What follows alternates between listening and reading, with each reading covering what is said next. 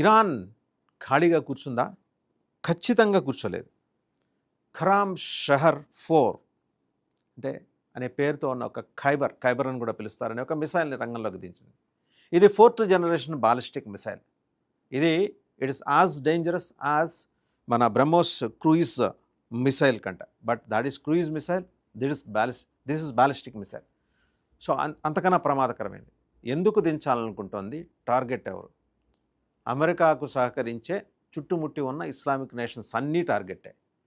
అలాగే American warships already వచ్చింది. Floating city అని పిలిచే జెరాల్డ్ ఆర్ ఫోర్డ్ రెడీగా ఉంది. మెడిటరేనియన్ సీ దగ్గర ఉంది. అబ్రహాం లింకన్ ఇంకొక షిప్ అది మెడిటరేనియన్ సీ దగ్గర ఉంది. ఇది ఆల్మోస్ట్ ఇజ్రాయెల్ వాటర్స్ నుంచి దగ్గరకు వచ్చేస్తుంది. సో ఇవి టార్గెట్.